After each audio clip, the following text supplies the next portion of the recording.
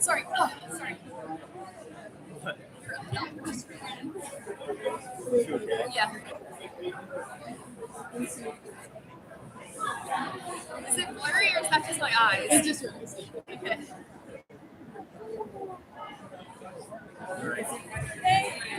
Okay, hey everyone, you all can hear me. Um, Thanks for coming. We should have seats for everyone. You can feel free to continue getting drinks and whatnot, but if you can, start making way to seats, and we will get started here. All right, thanks so much for coming. Yes, the bar will be open throughout. You're welcome to keep grabbing food and drinks as the night goes on. And an important reminder to please tip your bartender. Tip your bartender. Can you hear me now, Kristen? Every time you go to the bar. We want to welcome you to what I believe is the 5th ever Raucous Caucus. And it is the very first one in an even year.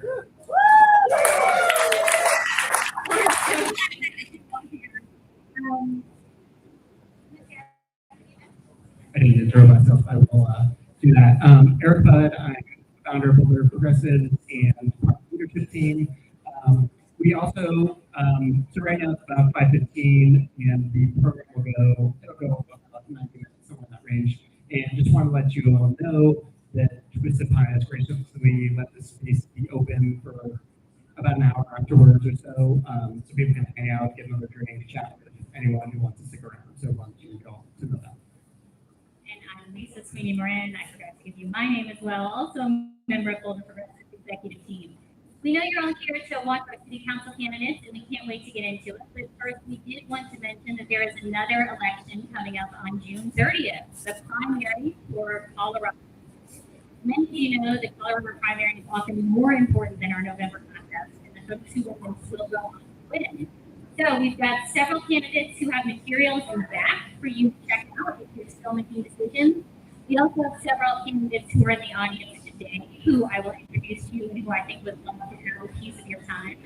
In addition, if you go to the tables in the back, you will find a flyer for a house party at mine and Eric's house in 11 days for several of these candidates. We warmly invite you all to join us. We would love to see you there. In terms of folks we have here today who would love to meet you, we do have Lori Smith, who is running for CU region. We do have Dani, who is running for CU region. And we do have a few other folks who are running for office who may not be here yet, but if I miss someone who's in the audience, will you raise your hand, please? Oh, Jack, where are you, Jack? Jack is not on your primary ballot, but Jack is on your November ballot. We also expect to see a few more folks tonight filtering in, and I'm sure they'll be pleased to talk to you. I also, yes, Celeste, what are you running for? I'm so sorry. Celeste is running for Secretary of State. Apologies, Celeste, for waiting to have you here. We do also have our fantastic state senator, Judy Amavle, here. And city councilors Nicole Spear and Rob Kaplan. If I could have taken pieces now and I didn't, I'm so sorry. But we are delighted to have you in the audience tonight and really thankful you all could join us. And with that, yes, I think it's your turn. Yeah, thank you. Boulder Progressives is so proud to put on this event, and I think it's great as I can. I wanted to introduce Chelsea Castellano, who's on our board, and tell you a bit more how you can support Boulder Progressives and keep it moving forward. Thank you, Eric. And I heard it was a little more here in the back, so can you hear me now? All right. So I am beyond excited to be here tonight because this, as Eric and Lisa mentioned, this is Boulder's first ever Raucous Caucus during an even year. And that is because this is Boulder's first ever local election that we are holding during the same time as state and federal elections. I know, right? Very exciting. So this election year, more people voting on our local candidates, these folks are here, than ever before in Boulder's history. And no, this is not some sort of civic engagement magic trick. This is because in 2022, a progressive Boulder City Council decided to put it on the ballot. We ran the campaign for it, and you all, or at least the majority of you all, voted to pass and move our local elections to even years where the majority of people vote. And this is a huge structural victory that truly strengthens democracy. And this is only one example of how Boulder Progressives and progressive candidates have truly made Boulder better and a place for everybody. From ending discriminatory occupancy limits statewide, to allowing ADU everywhere, to protecting our libraries, to increasing Boulder's minimum wage.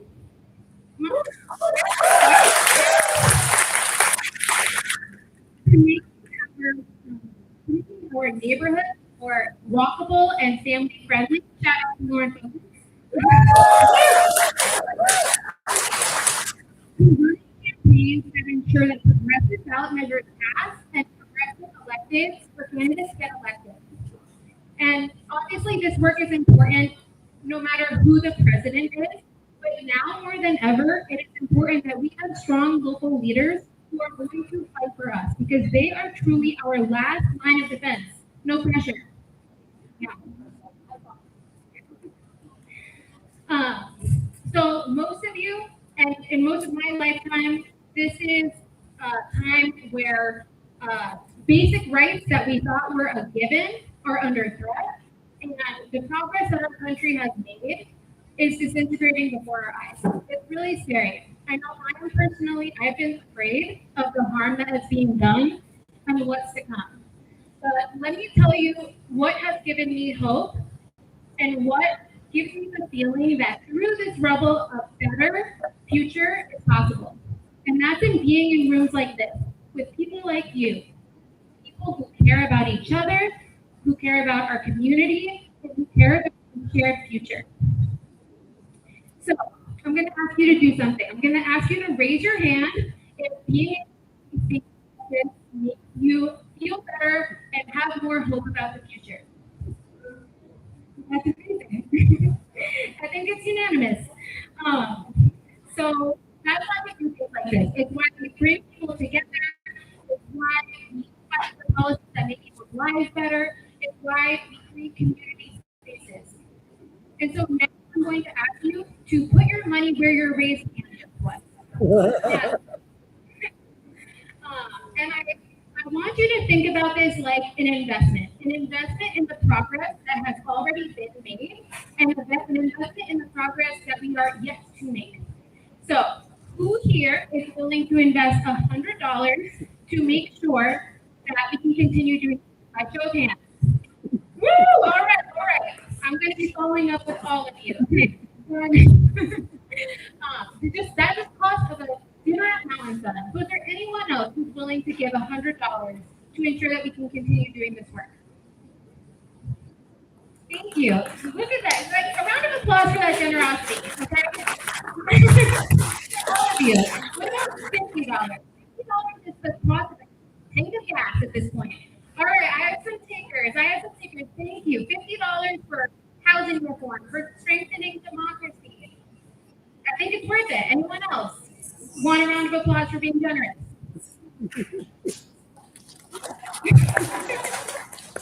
Okay, how about $10 or $25?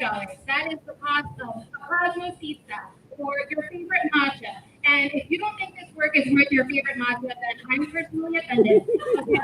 So, all right, I have a figure in the back. Well, all right, a round of applause. Oh, you. You're willing to give us all right. Do we have a QR code? Where are people donating? Boulder Progressives. Okay, we're donating on the website at boulderprogressives.org. Yes. Yes, and please donate now. I want to see lots of money coming in the next few minutes. Anybody? Oh, there's also a QR code on the fun handouts. Okay, and then I have a special treat. Anyone who donates tonight will be eligible to win this I Like to Make Millionaires Cry hat. And we'll let you know at the end who won. Okay, so make sure you donate tonight so you get the hats. Okay. All right, so now we are ready. We are grateful that you are all here. We are going to have a fantastic evening at the least boring, most fun candidate forum Boulder has to offer.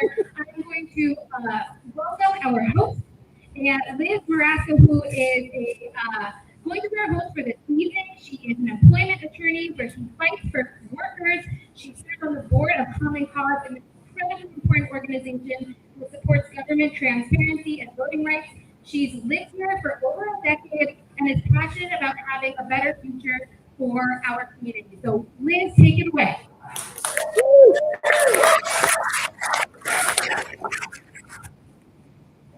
Hello, Raucous Caucus. How are we feeling tonight? Wonderful. Thank you, Chelsea. I'm so happy to be here, but more than that, I'm happy to have the candidates here and happy to have you all here. So thanks for coming. You all look great. Show of hands, how many folks have been here at Raucous Caucus before? Okay, how about first timers? Wow. Okay, let's give a round of applause. A warm welcome to our So for those of you folks who have been here before, you'll recognize a lot of our games. We've added a couple twists to keep it fresh, and we've added a couple of new games. He was too afraid, she said. Because we've had so many candidates here before. That's what we do. Okay, so let's kick things off. We're going to have our candidates give us a 1-minute intro. And we're going to hold that time. So we'll go ahead and start with Aaron down at the bottom.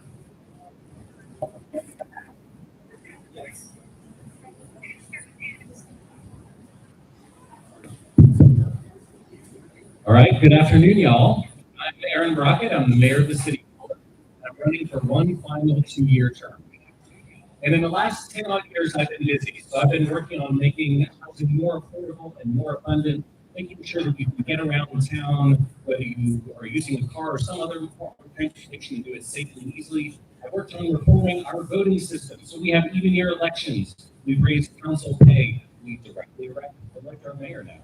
And I've worked on making sure that our residents are as safe as possible with things like our sanctuary city ordinances that we passed after Trump first got elected. Thank you. As well as our gun violence prevention measures, including assault weapons ban. But all of this work has absolutely been a group effort, and it's been done with so many of you here in the room. And I'm so proud of all that we've accomplished together. So if you'll support me for one last 2-year term, we'll keep working towards making Boulder a welcoming, safe, thriving, inclusive, and accessible city that it deserves to be. Thank you.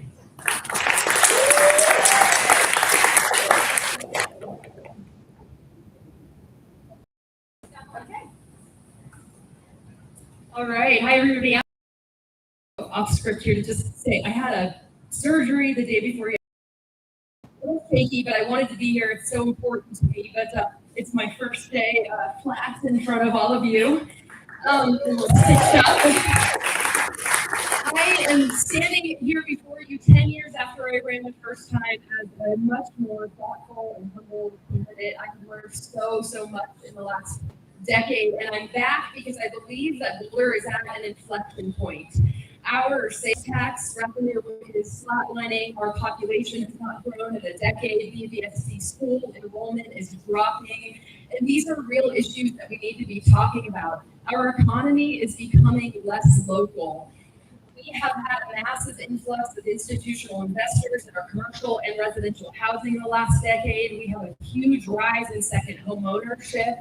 And I think we need to relocate the economy and make Boulder a place that works for people and not just portfolios. That's why I'm running, and I would love your support.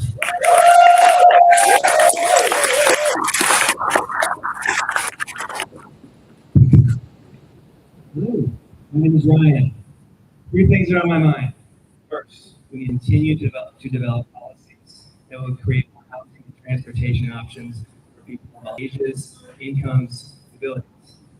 2, we need to protect Boulder from wildfire and the mayhem that the threat of wildfire is causing with everything else, including reliable power and insurance.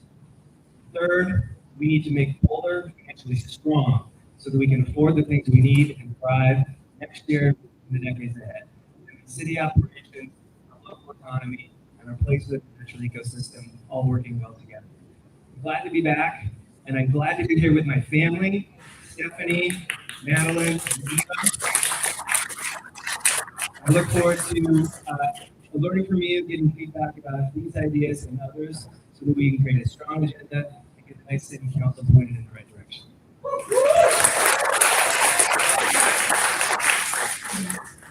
I'm just gonna say few.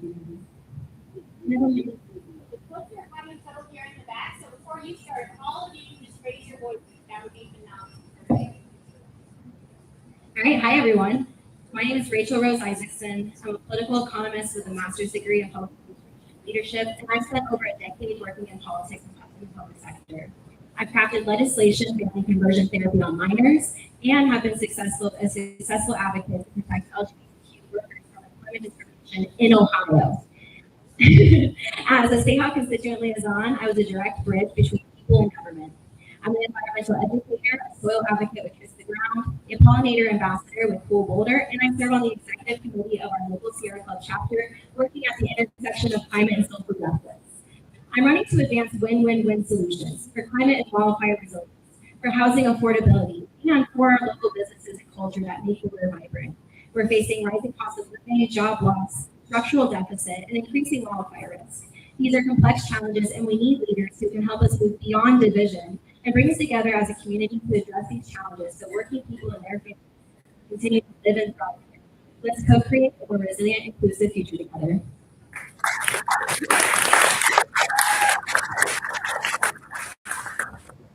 Hey there, the conversation is going to be fun. So I'm going to make it fun with some ABCs. I'm not going to bore you with my long bio and my background in government affairs and the work that I've done throughout this community and the state, but I'm going to tell you about what I value as an A, B, and C. A for accountability. I think we need to do a better job at Boulder with clarity of policy and transparency of actions of our city council. I promise you I will focus on that.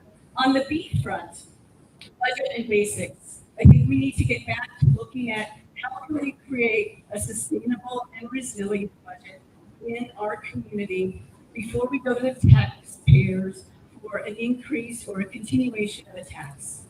I promise you that I will commit my time and my effort and the experience I've had serving on many boards to help achieve those kind of goals. And thirdly, probably the most passionate piece for me is community engagement, community capacity building, and collaboration with the community. I promise you that I'm a bridge builder and not a bridge breaker. Thank you.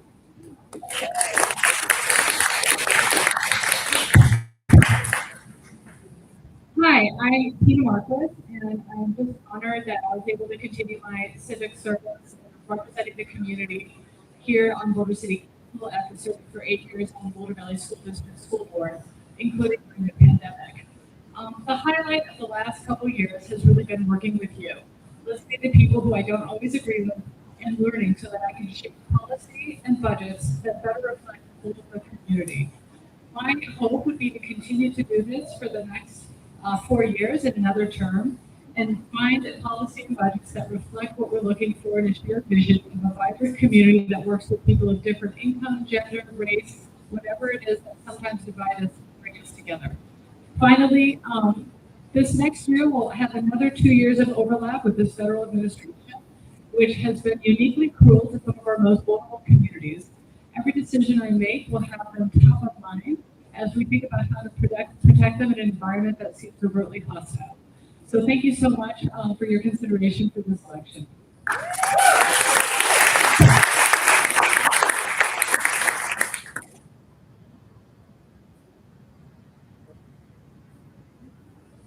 I'm going to sit because I'm taller in this chair than I am standing. Hi, everybody. Hi, all my friends. My name is Tara Weiner, and I plan to run for re-election to Boulder City Council. I still have lots I want to do should I get reelected, particularly with reducing red tape in the planning and development area and increasing the fun factor in our beautiful city. I want to make Boulder a great place to live, to visit, to start a cool business, to find a home, to fight, to hike, and to create community, a city where everyone can thrive. These are my values. So call me with your ideas. Here's my cell phone number, 609-707-8385. Yes, I'll hear you. I love talking to community members. Well, most community members. And I'm known to change my mind on issues should someone come up with a convincing argument. Deeply about decisions and votes we must take and almost always see both sides, which is why I always dread the lightning round at Raucous Caucus. Well, there's no getting out of it. Here we go.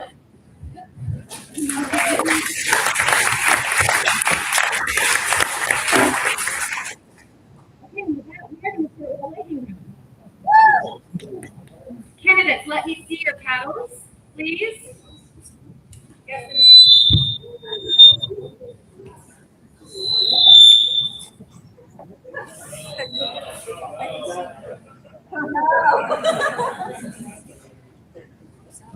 All right, everyone is awake now, right?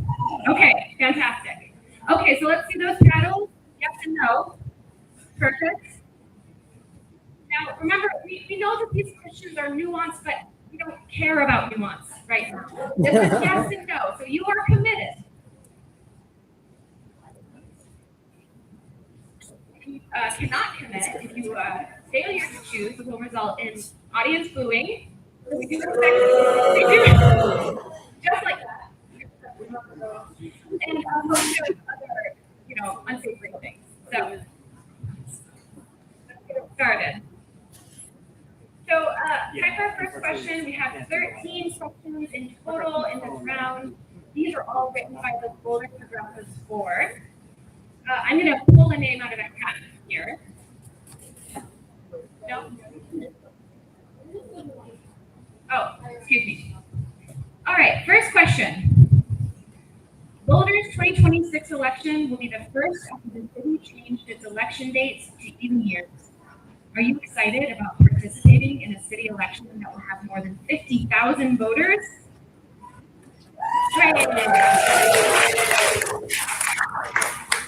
Next question. This one is about vacancies. Do you support a tax on commercial vacancies?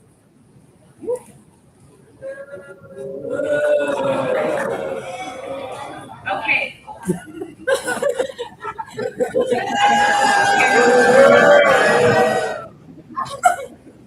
All right, we're waiting.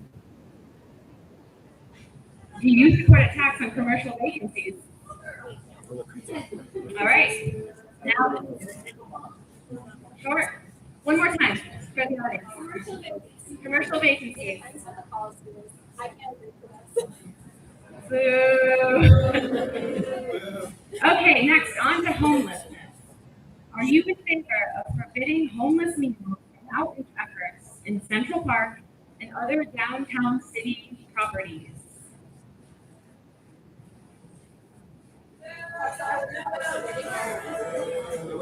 Once more, are you in favor of forbidding homeless meals and outreach efforts in Central Park and other downtown city properties? Okay, all right, let's see your real answer. Hold it high.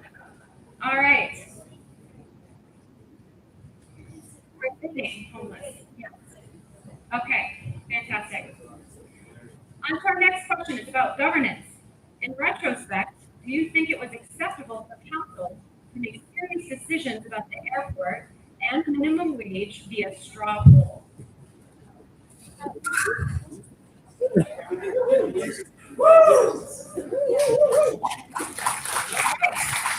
Unanimous. Beautiful. And now a question about labor and wage. Excepting when you were under 18 or during the time when you were a university student, have you ever held a minimum wage job?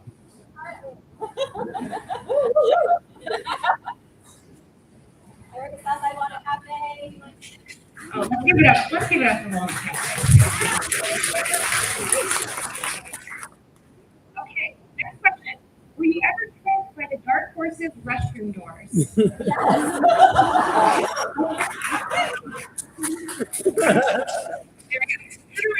I've never entered the right bathroom in that place. Now on to policing. Are you in favor of the city using widespread security license plate cameras that also have facial recognition software? Are you in favor?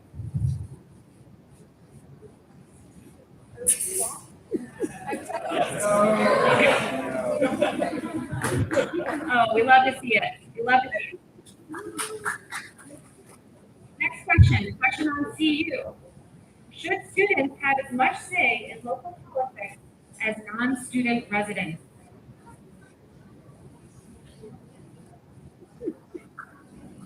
Okay. Another question about wage and labor, a personal favorite of mine, wage and labor. Have you ever worked in a restaurant?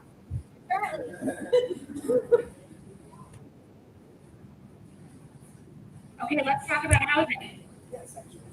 This year, the Colorado State Legislature introduced a bill, HB 26-1308, which would allow property owners to subdivide lots in order to be used for additional housing. The bill failed in 2026. Generally speaking, would you support passage of a similar bill next year?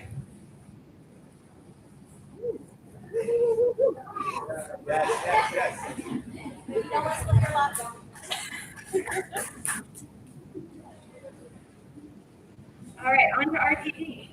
As RTD has been unable to provide adequate service to Boulder, are you in favor of the city of Boulder taxing itself to pay for increased transit service?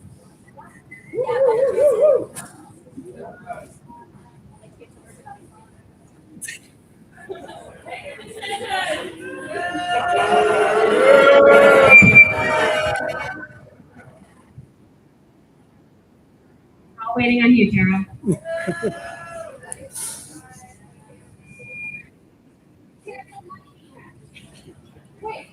There we go.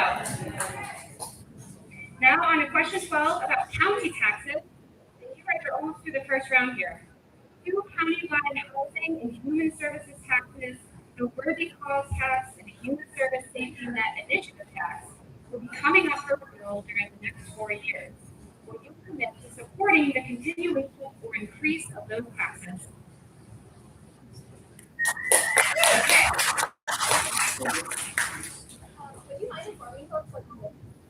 Me? I can. Does anyone want to inform us? Well, we're in a lightning round. Okay. Look into that. Can you give me 10 seconds on what it is? All right. You have to look it up. I tried. Last question. Do you support the Colorado Democratic Party's censure of Governor Jim Fuller for his commutation of Senior Peter's sentence? Wait. Yes. Okay, I do support it. You gotta take care of. Let's see it. Let's see it. We love a backbone here. Okay. Change your answer to no? Okay, we gotta change your answer here. Let the record show. All right, you can put your pedals down. We're gonna move to our first of 2 rounds of short answer questions. Okay, we have 6 candidates running for city council who are here tonight. I have all 6 of these names in this hat. Our questions are set in fixed order. We'll be drawing names to determine who answers which question. Each candidate gets 60 seconds to answer. And there's a twist, but we're going to get back to that in a moment.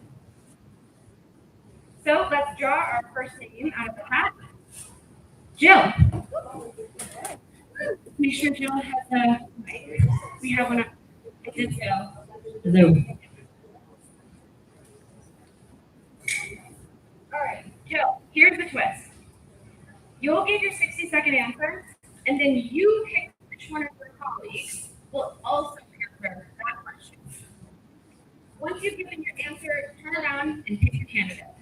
Oh, sorry. Alex right there has a yellow card or 15 red card when your time is up. Pay close attention. We will buzz you if you keep going after you've been shown the red card.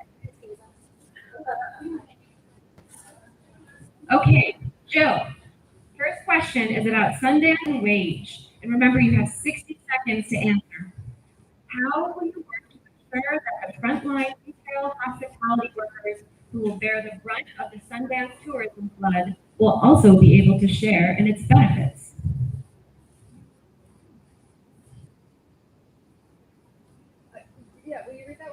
Sure thing.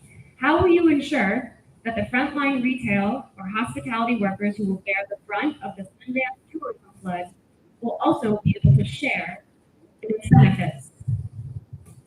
Boy, I hadn't thought about additional ways the city could pay workers in retail or restaurant. The minimum wage has been raised and it is on a schedule to continue raising. And I would hope that our small businesses, our large businesses, would be taking this into consideration.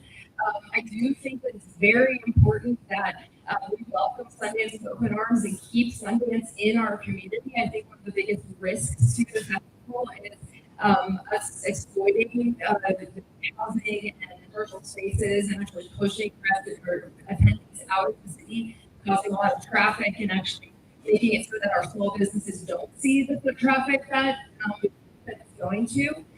I hope that our frontline workers are slammed and that our small businesses have so many people in it. I worry that that's not going to be the case with the trajectory right now.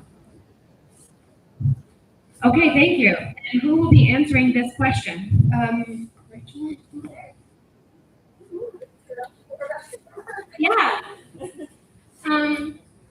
So as you might have heard earlier, I do currently work as a tip wage worker at Southside Boulder Cafe, and I love my job there. And very much so looking forward to Sundance, looking forward to hopefully some foot traffic. And I just want to say I really appreciate Bill's work on this. She's doing a lot of work for bringing Sundance in a good way for our city. I think what you mentioned was a really important point. It's like I'm really worried about workers who are already being pushed out of the city as it is, and so it is a little bit more scary thinking about workers. We're talking about workers being able to benefit. I hope so. When anyone comes into the restaurant, I make it work for that. And during this economic downturn, the more we can bring traffic into our small businesses, the better. But also who can work here is dependent on who gets here. So thank you for your work. Okay, we have 2 FOMO tickets. Yes, let's talk about FOMO. Before we move on, you see a FOMO ticket. Every candidate has a FOMO ticket. Every year, we hear from candidates that someone else has the perfect question that would convince you to vote for them. So this is the candidate's chance to do something about that problem. Once a candidate shows their FOMO card, they can answer that short answer question, whether or not they've been selected to do it. So we have 2 folks ready to play their FOMO cards. Go ahead, Benita. Thank you. So I have thought about this, and I have been working towards a goal of seeing that there's economic prosperity for local small businesses, businesses of color, entrepreneurs, as it relates to the Sundance Festival. So I have, with the help of a couple of colleagues here, established a nonprofit organization that's focused on Latino economic and community benefit for efforts like Sundance and other programs that bring in small business entrepreneurs and help them build capacity. I serve on the Colorado Education and Cultural Facilities Finance Authority. We're the entity that structured the loan that Sundance achieved for $16 million to make improvements to facilities throughout Boulder for the festival. I've been involved in this effort for the past couple of years and really believe that it is important that we thrive as a community as it relates to this festival and other festivals that happen in our community. I hope that you will join me in seeing that small businesses and entrepreneurs and coffee suppliers and other people in this community, transportation providers, benefit from this effort. Thank you.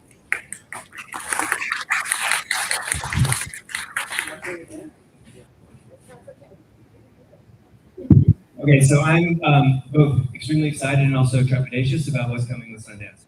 A few things come to mind. First, we need to hold the line with the tip credit and the minimum wage.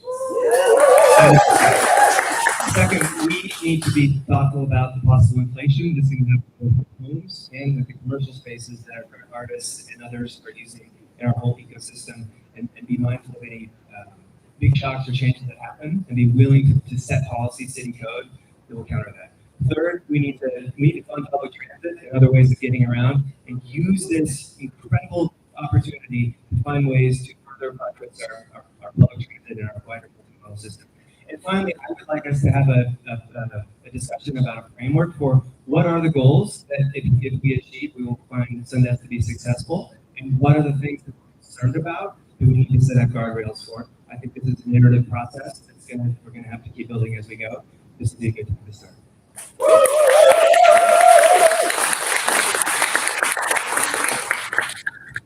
Okay, thank you. The next question is about elections. I'm going to pick the name out of a hat who will answer. Tara. Boulder's 2026 election. I got a mic. Boulder's 2026 election will be the first since the city changed its election dates to even years. How does this impact the way you will reach out to voters?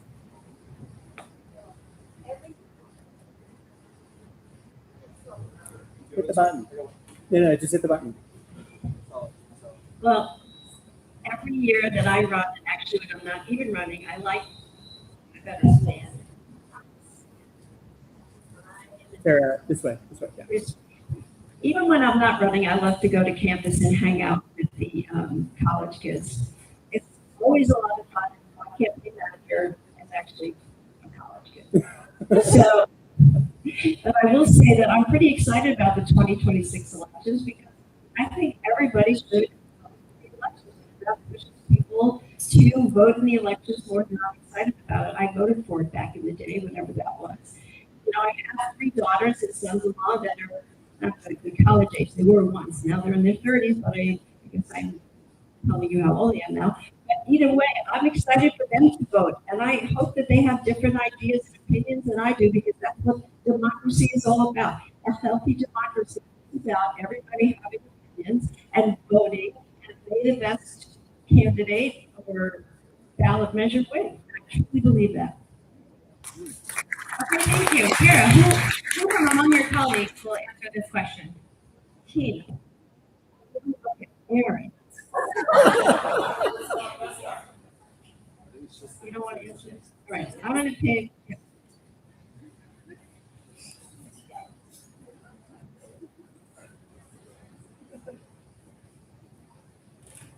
Okay. Well, I helped lead the campaign for Even Your Elections, and I'm really proud of that campaign. I think CU students have been long shut off from conversations in the city. One of the main challenges that they face, so, and just for quick context, I just graduated with a master's in CU urban geography. Boulder was my field site. My thesis was on Boulder and the history of our housing and economic development. I spent a lot of time on campus, and we have this image of CU students like they're all just rich, entitled Californians, but actually they're not. There's a huge percentage of them who don't even know where their next meal is coming from or on Pell Grants.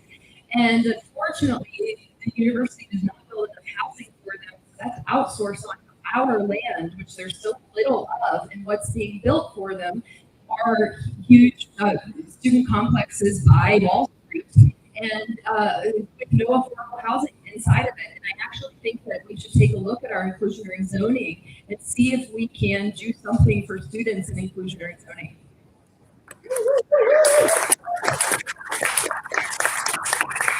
Okay, thank you, Jim. Is anyone going to use their FOMO card?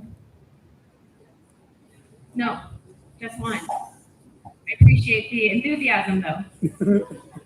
Okay, the last question of our round, it will be about budget.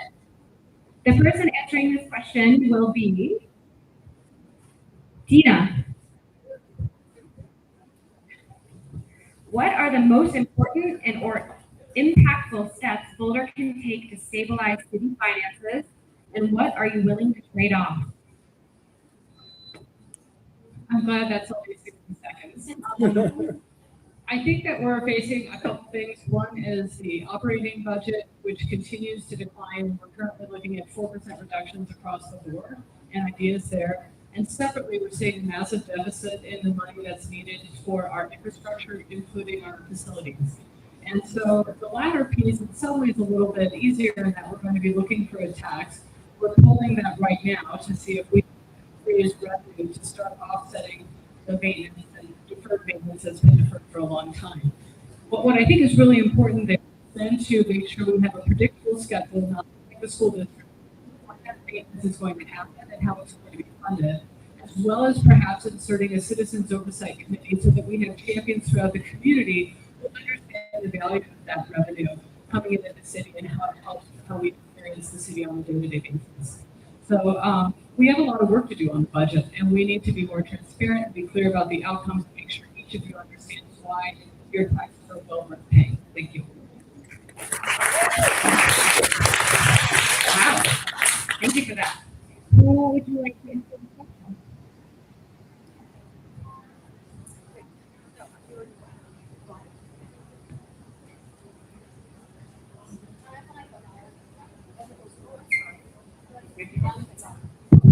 Budget. Great. So this is one of the big issues of this year, looking at the last couple of decades and a couple of decades going ahead. So first of all, there was a great Boulder podcast that talked about this that people should listen to. Mark Walker and Nicholas Spear discussed this with CU. The good news is we went through this in 2001, and in 2008 we had a blue ribbon commission that told us basically the roadmap. Councils since then and during our time are moving forward recommendations to create long-term financial sustainability. So the first thing is we need to continue along that roadmap. One of the specifics is we need to create more diversified revenue funding. We're way too heavy with sales tax versus property tax. There's a way to make a transitional swap that will be equitable and will create a more stable funding source. That's really one of the biggest ones. We need a truer understanding of our true costs that we're spending today, what the actual subsidies are, and what they are over time. And then we need to make sure that we're building a local economy with investments and inducements that are supporting the type of tax base. There's a few more, but I'll leave it at that.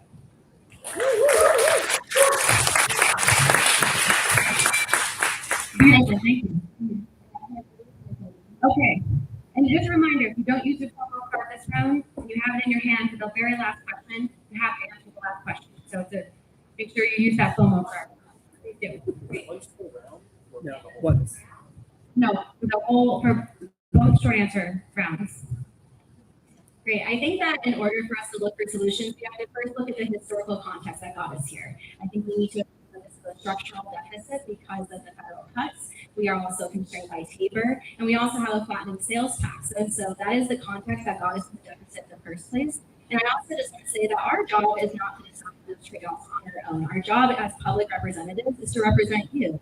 And there was public input on the Fund Our Future, which is not that we're not going to hear about that until the end of June. So I don't feel comfortable telling everyone what I think the trade-off should be. That's not my job. My job is to listen to that public feedback. Let me see if there's anything else I want to say here. I am comfortable saying that we need to prioritize city services, which we are doing. I also want to say that in 2027, the city manager and our city has already decided to take a 4% off of each department. And again, we get to decide how that looks. Do we want less services? What do we want to prioritize as a community moving forward?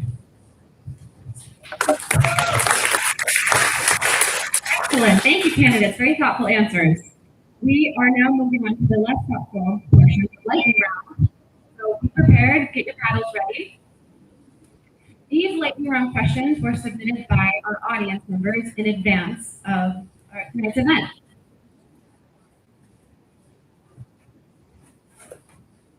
Oh, also support the graduate income tax. Tabor's security us.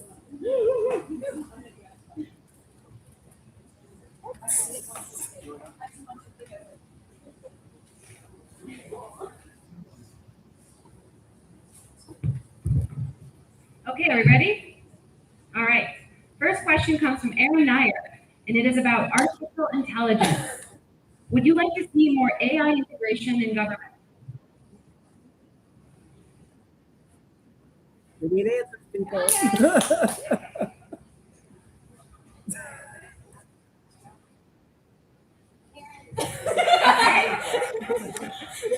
Next up from Nancy Kornblum about budget. Do you believe Boulder needs a performance auditor to ensure city money is being spent wisely and programs are working as intended?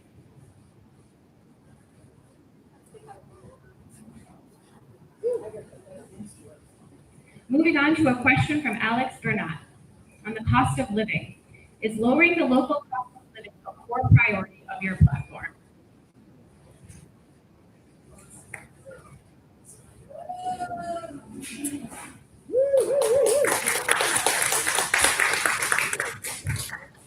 Now from Monica Jones about the airport.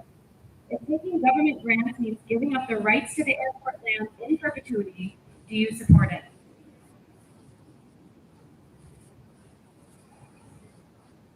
I don't trust them.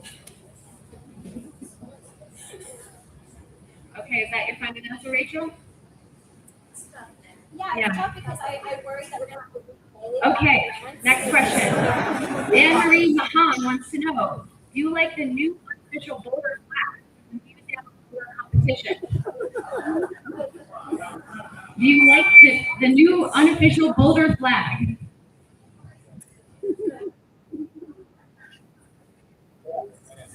Thank you, Claudia. From Jonathan Woodard about the BVCP. As part of the next council, you support updating Boulder's zoning code to reflect changes in the new BVCP.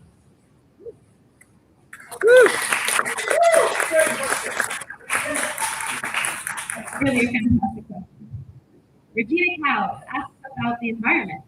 Will you support the ordinance to phase out or ban gas-powered leaf blowers in Boulder?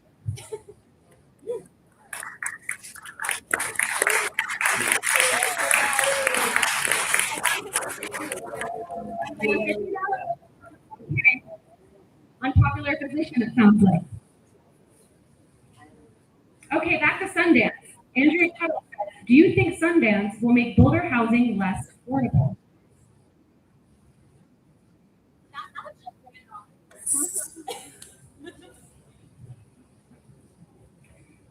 Autumn Archer asks about minimum wage. Will you commit to voting against any increase to the city's offset?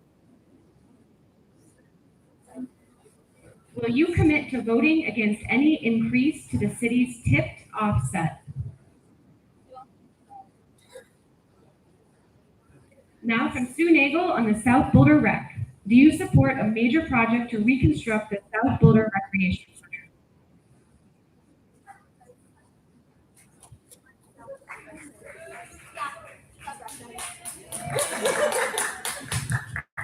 Only 2 questions left. Are you ready? Megan Carroll's asked about Title IX. Do you favor a complete rewrite of Chapter 9 of the Code, the Building, Zoning, and Development Regulations?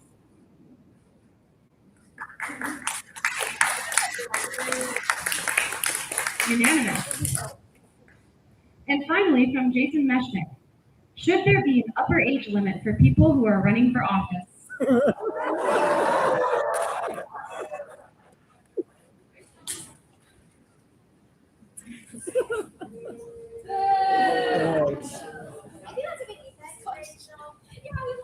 All right, you made it. Congratulations. Back to our final short answer round. Okay, who's still home ticket? Okay, excellent. Don't forget to use those this round, or you'll be stuck answering the last question. You don't want to be stuck answering the last question. Now let's get started. The first question is about wage and business. And the person answering will be Rachel. Okay, Rachel, how do your personal experiences in the workforce shape your views on minimum wage and small business? It's a gift. All right, so based on my experience, How do your personal experiences in the workforce shape your views on minimum wage and small business? Now let's talk about small businesses. So I think that this is a complicated question. I mean, so I work at a small queer and women-owned business, and I think for tipped workers, there's tipped workers who are working for corporations, or those folks who are working for a small business that is currently struggling, and that's a really hard reality that I'm facing. We're looking at really bad trajectories. We're sitting in my restaurant with the exponential power off for almost a whole week. I'm not making any money. The restaurant's not making money. So I go from, am I going to be able to pay rent, or oh my gosh, am I going to lose my job? So that is a complicated situation, but I don't think that we solve that by putting that burden on workers. I wish that the priority had been creating a business census to help offset, because they're going to have a hard time absorbing local costs. At the macro scale, there's under a lot of the food suppliers are, and so everything's just getting really expensive, and I just don't think that the burden should be on workers. you. Okay, and which of your colleagues have not been selected yet to answer a short answer? These, Tina and Tara, that's it. And Benita. Oh, these three. Okay. Rachel, choose from among three lovely candidates who will answer this question next.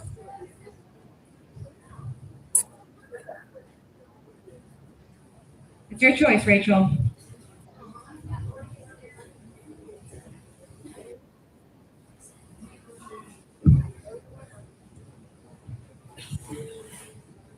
All right, this has been a really difficult topic on council. So as many of you remember last year, the year before, we pursued a schedule of increasing minimum wage by 8% for 3 years.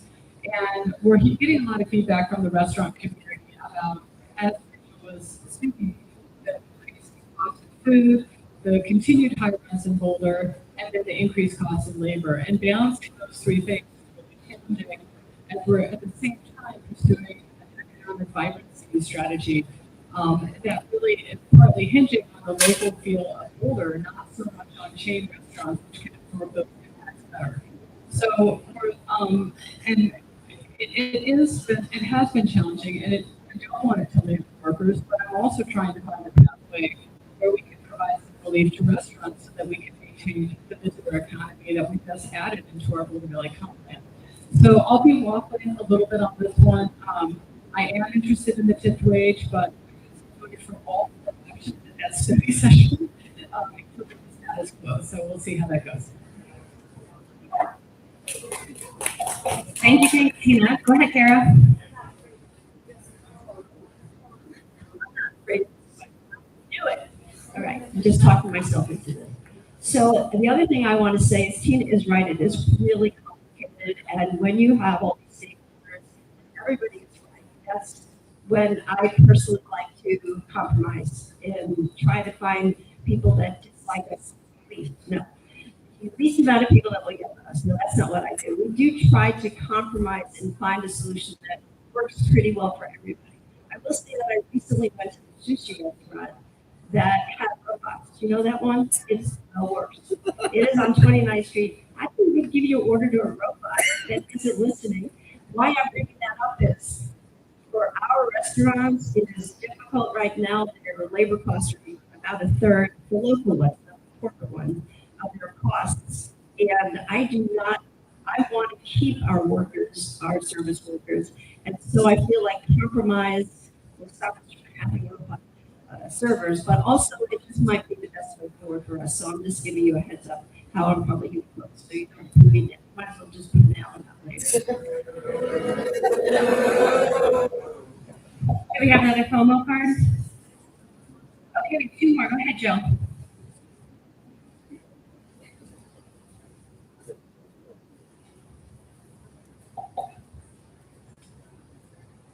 So I want to direct you all to my Substack that I posted yesterday about the tipped wage credit, because if we move forward with increasing the tipped wage credit, which I'm counting the votes it's set to happen, we will quietly foreclose an option that I think deserved a lot more attention. It was not even on the survey. It's an option that some of our best local restaurants already employ. If it's one for you guys who are sitting on council, you should expect to start to hear from some of those folks. I know you have already.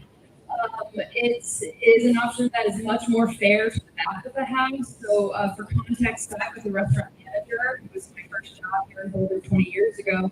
And it's always felt really problematic to watch servers tips in front of the people who cook the food.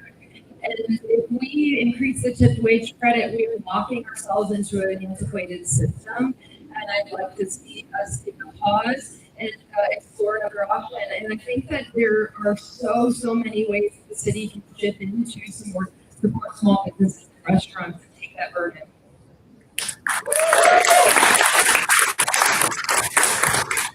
All right. Well, so I ran a small business with my wife for 20-odd years.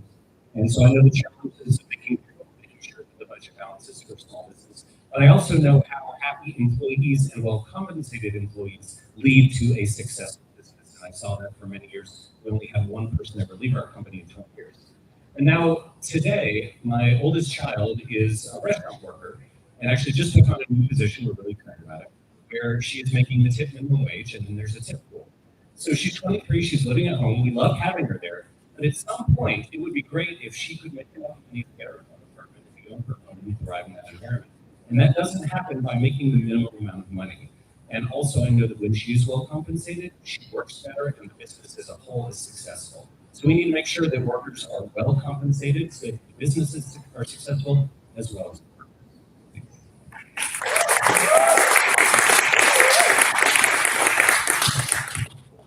Thank you, candidate.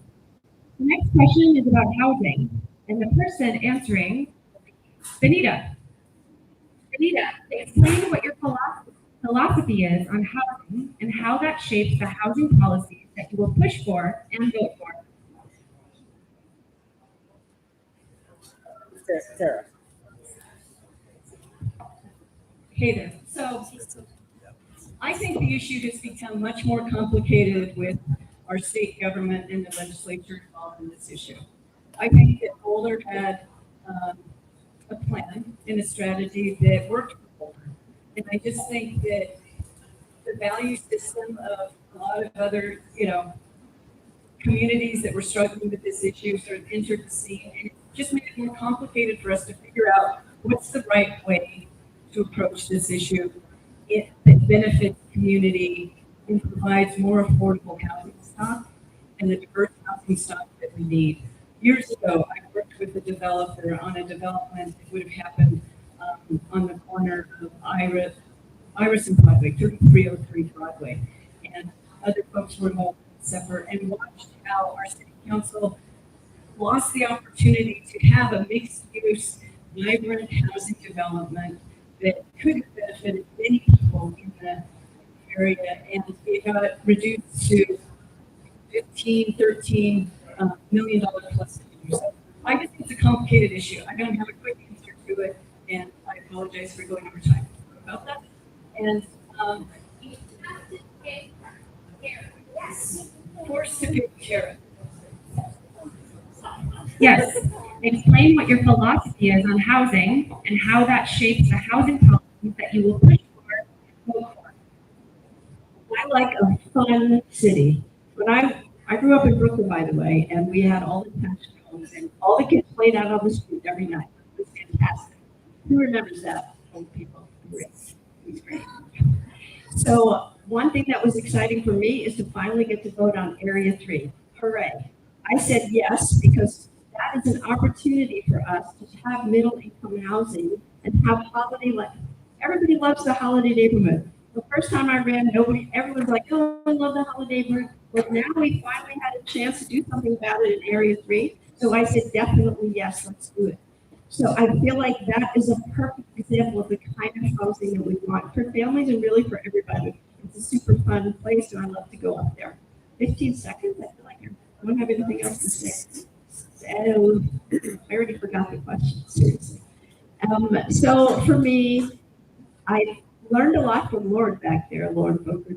She taught me a lot about housing, and I have been trying my best to become braver and vote more and more in the housing world. Not listening to my answer. Okay, Tara, thank you so much for that illuminating. No, I don't.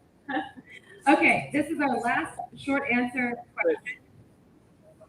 Oh, yeah, I thought we were at home. Please do.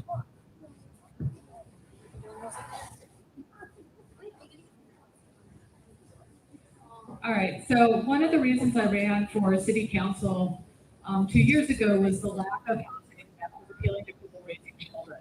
And we would look at the developments on the school board and look at the average yield of BBSC students per development. And you would find in the stacked small housing, the yield was incredibly small. You would see 400 units yielding about 8 BBSC students.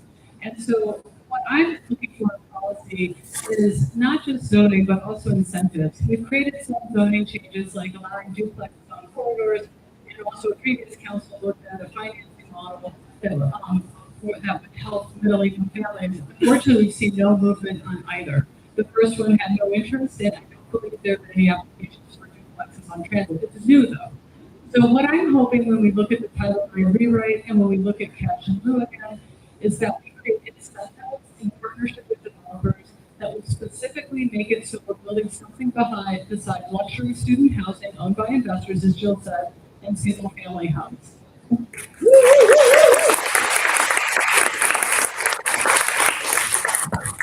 Thank you. Are there any promo cards left? All right, let's move to the last question. It is about the police oversight panel. This question is for Ryan.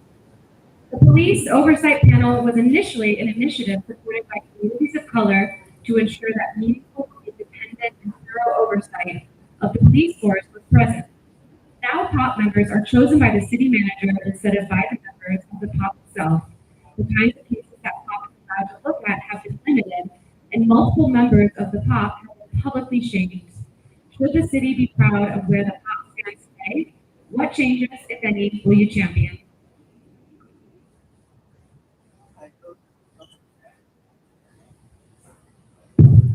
I know that this is a Boulder Progressives priority for 2026, and I've been thinking about it for 5 months. I don't know the answer. I was not on the council when there was the changes, reform happening in the previous council. I've been thinking about it. I know there's not a lot of trust in not just police, but the government in general, and that's on us, and that's on the city council.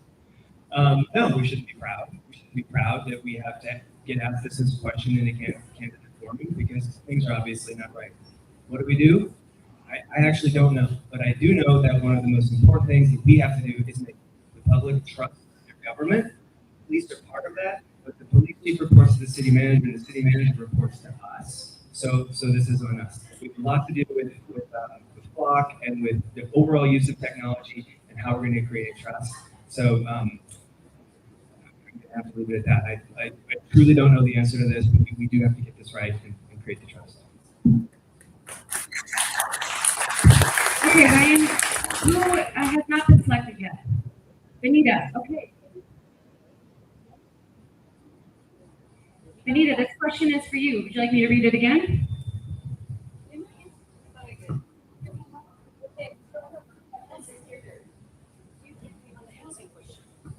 Wasn't I the second person? I can't read it. There's no one being wrong. Only answered 2 questions, right? No, I said the first one. It was. And I used my phone. That's 2 questions. Okay.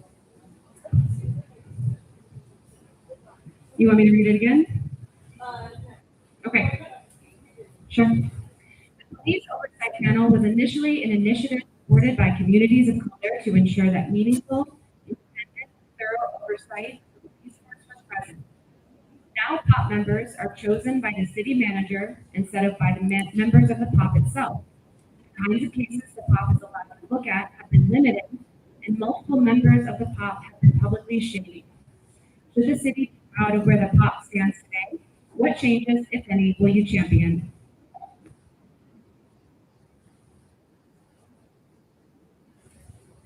Here we go.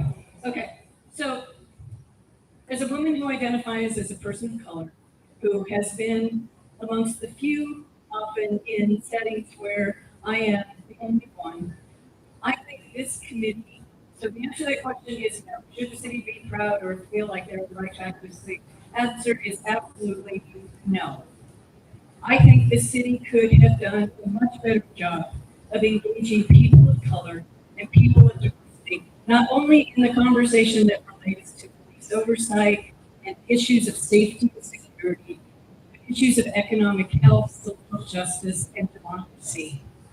Okay, I think that the city needs to look at a better way to encourage people of color, people who look like me, people who may not look like me, but identify as a person of color in this community, to see that they are engaged and they're a part of this effort and they're not discounted or considered to be an afterthought when it comes to connecting with issues of safety and security in our city.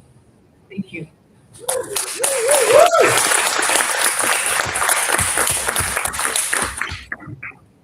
You guys are doing fantastic. And thank you. Thank you for those answers.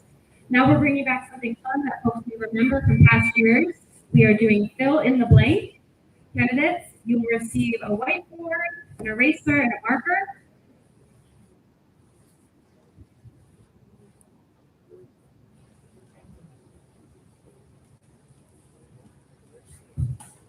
So this will be the same format as the lightning rounds that you know and love, with one change. You can skip the yes or no. You can give us three-ish words, 3 to 4, something like that.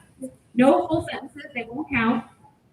10 seconds per question, and keep it legible so we can understand what you're saying. I'm looking at you, Tara. All right, let's start out with a fun question. The best thing about the dark horse was blank.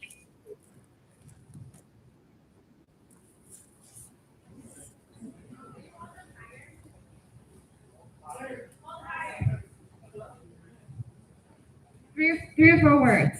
Okay, I'll start with Jill. Jill says decor. Ryan says beer. Rachel says shenanigans. Vidita says happy hour wings. Yeah. Tina says decor. And Sarah says never ate there. Oh, and Erin says whiskey and fries. Delicious. Next up, the street in Boulder where I would most like to improve is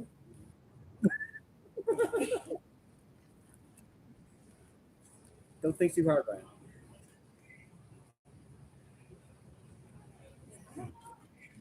okay, starting with Erin. 30th.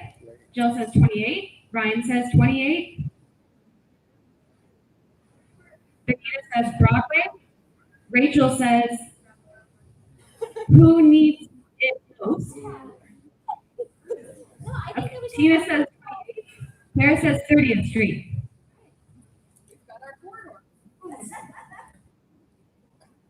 All right, this one's a little tougher. In our manager-council system of governance, council should exert more control over which specific topic area of policy or policy. That's it. Topic area or policy.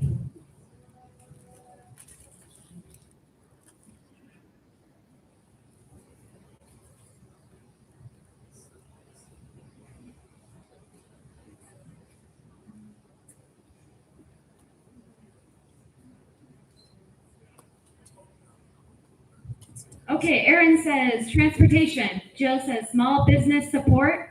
Ryan says measurable outcomes of services. Benita says public comment. Tina says meeting procedure and voting. Karen says budget details. Rachel, you're on the spot. Okay. Do you want a second?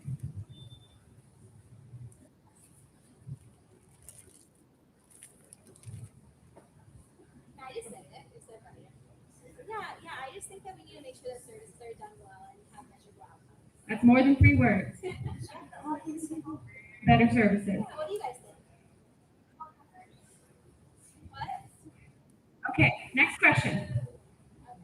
The street in Boulder I would most like to improve. Let's talk city staff. Which city department would you most like to spend a day shadowing?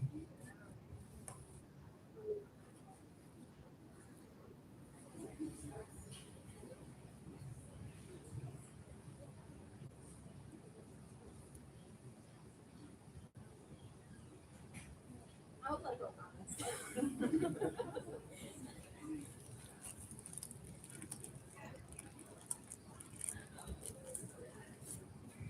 Erin says open space. Jill says health and human services. Ryan says water. Rachel says budget. Benita says city manager office. Tina says climate. Sarah says transportation. How many times have you completed the Boulder Boulder? Completed.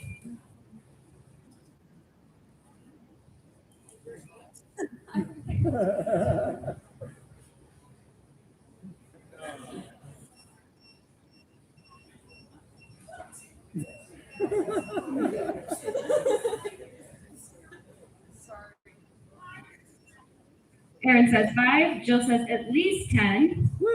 Brian says 0. Rachel says in my dream, heart emoji. Benita says 3 times. Tina says 4 to 5. Sarah says 0.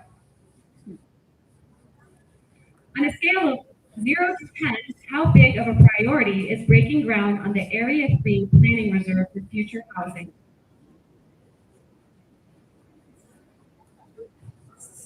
Once more, on a scale of 0 to 10, how big of a priority is breaking ground on the Area 3 planning reserve for future housing?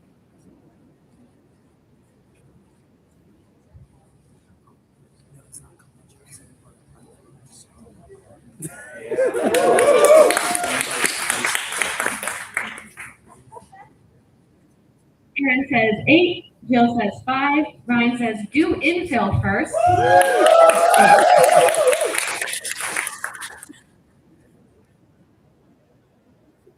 Rachel says improper process 10. Benita says 5. Tina says 5. Tara says 10. Range of answers. Question number 8. What's one area of the city budget you want to put more focus on?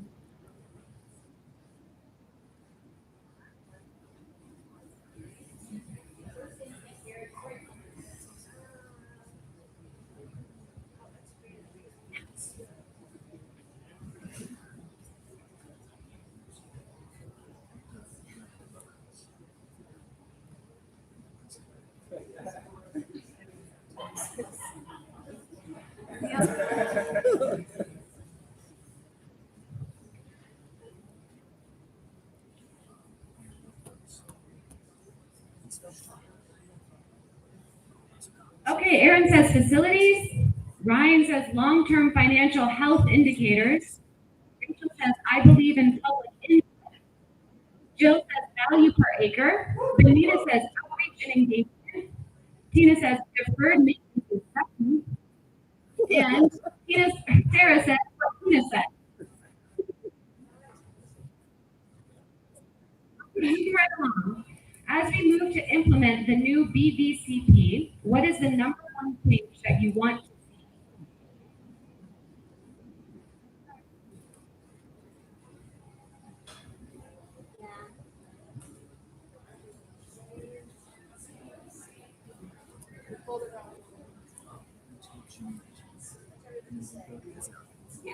What does BVCP stand for?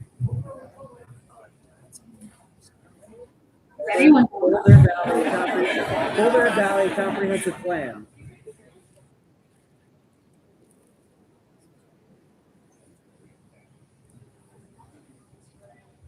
I like that this is added.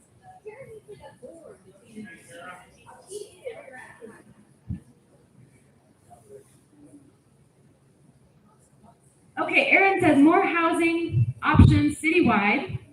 Ryan says reframe moving people to access. Rachel says food systems. Jill says implementing plans rather than just visioning. Benita says process that involves library district future. Tina says diversity of housing. Tara says agriculture and housing. Second to last question, and this one is a two-parter. Are you in favor of increasing the number of commissioners representing Boulder County from 3 to 5? And if it happens, do you favor districts or at large?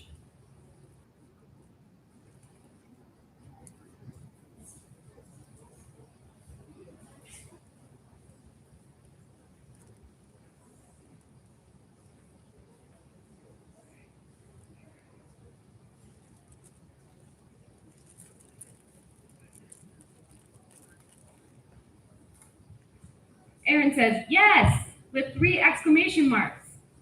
Mix of districts and at large. Jill says yes, districts. Ryan, not with info provided so far, but districts. Rachel, yes, districts. Rural representation. Benita, yes, but could be more diverse effort, districts. Tina says yes, a mix of both. And Tara says yes, districts, and at large mix.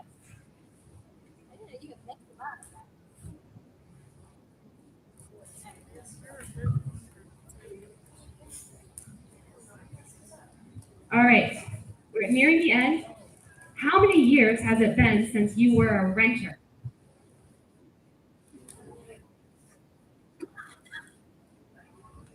I am currently a renter. I live in Zero means I'm proud.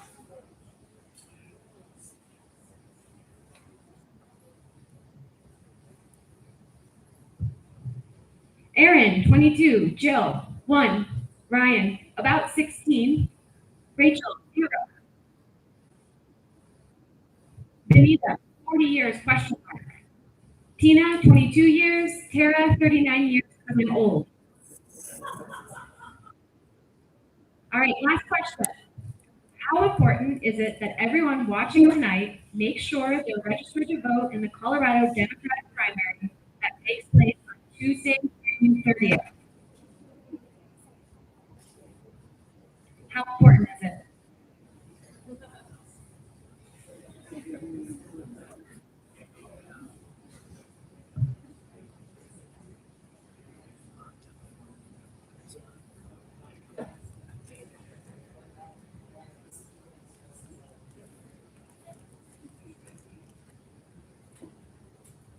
Out of 10. So much so, rock the vote. Most crucially important, very, very important for Phil and Michael D. Critical 10, vote early. Barry, do it now.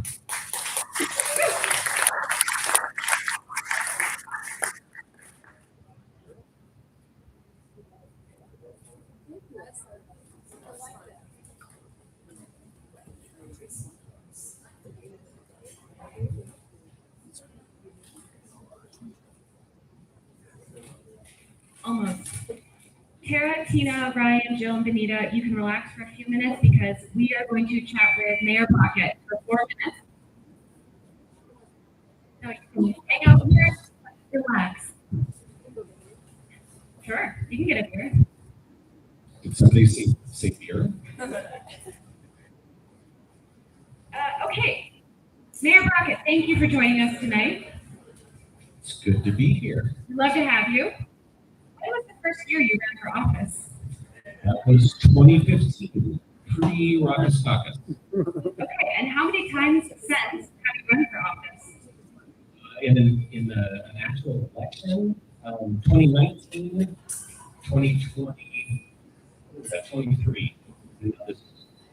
Okay, and you ran in a ranked choice voting election, is that right? That's right, 2023, first ranked choice voting election in the state of Colorado, the city more than 5,000 people. And that is thanks to the voters and many of you. How did you like the ranked choice voting system? I mean, it's kind of hard to argue with when you are successful, but no, I think it was like textbook because there were 4 candidates and they had different partisan representation, and then folks voted for the people that they cared about the most, and then they had a second place and the votes rolled up, and eventually there was a winner by 52-48 or so, and we generally kept it pretty civil. I think we have 2 of the other people who ran that year in this room, so that they're both good friends.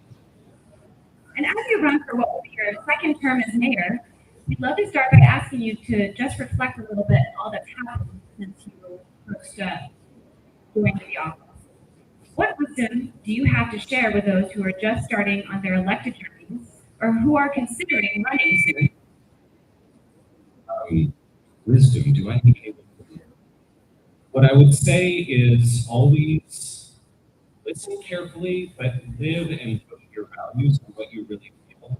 Because when you vote in a way that doesn't actually match the way that you feel in your heart and in your stomach and in your brain, you'll be sleepless for days, and people will notice it. They'll notice when you're out of alignment with who you really are. And so sometimes you feel like it's politically expedient to vote one way, but you really want to vote another way. Vote the other way, vote what you believe in. Maybe you lose the next election, but I bet people will appreciate it. You'll live happier and easier, and people will notice and they'll appreciate it too. It's a really nice answer.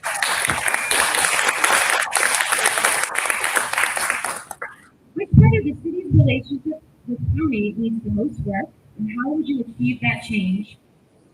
How much time do we have? You have 60 seconds. So I mean, the city and the county have generally worked really well together. We share values We've done things to get around housing, like suing Exxon and Suncor and such. But we've gotten a little bit awry in terms of who's taking care of social services. The city, the homelessness is often falling on the city, where it really should be a county collaboration. There are new taxes at the county level that we really love to see deployed in the ways that are most needed in the city of Boulder. That hasn't happened yet. So I'd say better collaboration on the spending for the issues that really affect the city of Boulder. Okay. Several community and advocacy groups in the city have expressed concern around whether council is directing staff or being directed by staff. Do you believe that council should do more to lead, or do you think that the current paradigm is working well? So I've heard this so many times. I'm a big fan of the council manager form of government. I think it works really well. And it needs to be a back and forth between the city manager and the council. And I think the reason why you don't see council pushing back against the city manager's choices, number one, Mary Rivera is an excellent city administrator. We're incredibly lucky to have her. She's actually powerful. But she closely pays attention to the values of this council and the priorities that we have laid out. So if we have any direction in our annual retreats, the way she deploys our resources and our budgets match the priorities that the city council has laid out. So we could try to change a lot of things in the budget, but when I see the budget she presents to her, I see our council reflected in that budget. So I think it's a good collaboration that's actually functioning really well. Great. Last question. As you begin your final term on council and your final term as mayor, what legacy do you hope to leave? So when I first was running for office, and before I ran for office, what I really saw was that there was a relatively small number of very influential people who were able to shape the outcomes of the city, where the rest of the people were excluded and didn't have a voice. And in my now 10 odd years on council, I've tried to make sure that everyone is brought in, and initiatives like the current Boulder Valley Comprehensive Plan or other citywide initiatives. We've heard from thousands and thousands and thousands of residents, and then we've used that input to guide our decisions. I would like to leave a legacy that says people can live here when they couldn't before, their voices are heard in a way that they never were, and that we have a city government that's looking out for the people who are struggling the most and is as open and welcoming and inclusive as possible. And hopefully I've made some difference in that process for the last 10 years.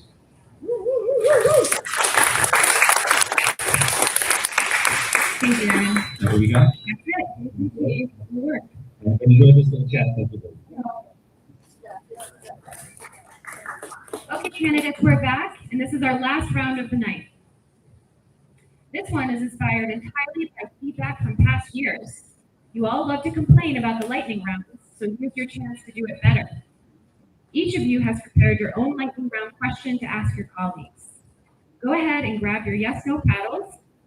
We're going down the line, starting with Aaron, and I will go down the line with the mic.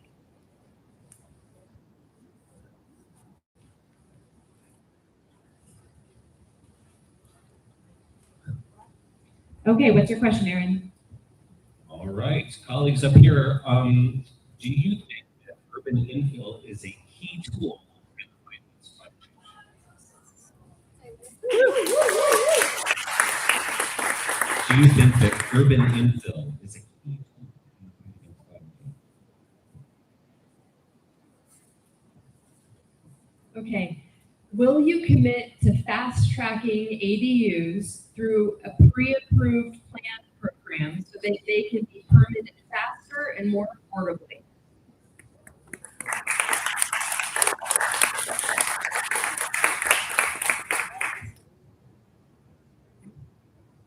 Colleagues, do you think the next city council should make it a priority to clarify the city's indicators of long-term financial?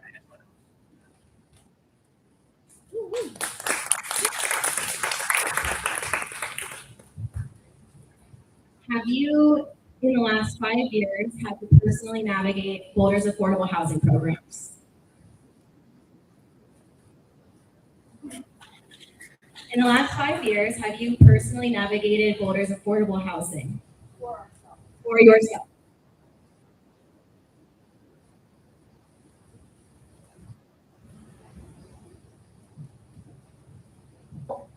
Do you support the library district's recent decision to allow for the unionization of its employees?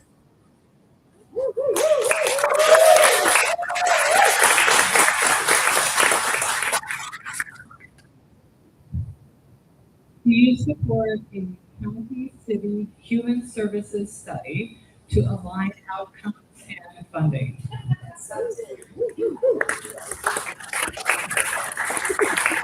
What did we learn here?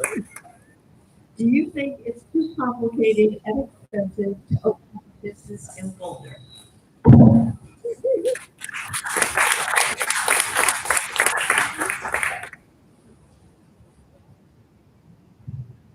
Okay, before we wrap up, there's one last question for you all. Did you have fun participating in this?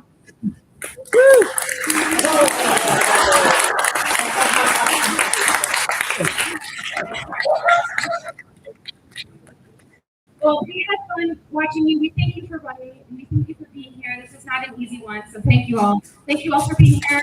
Don't forget to donate. Don't forget to tip. And we love you.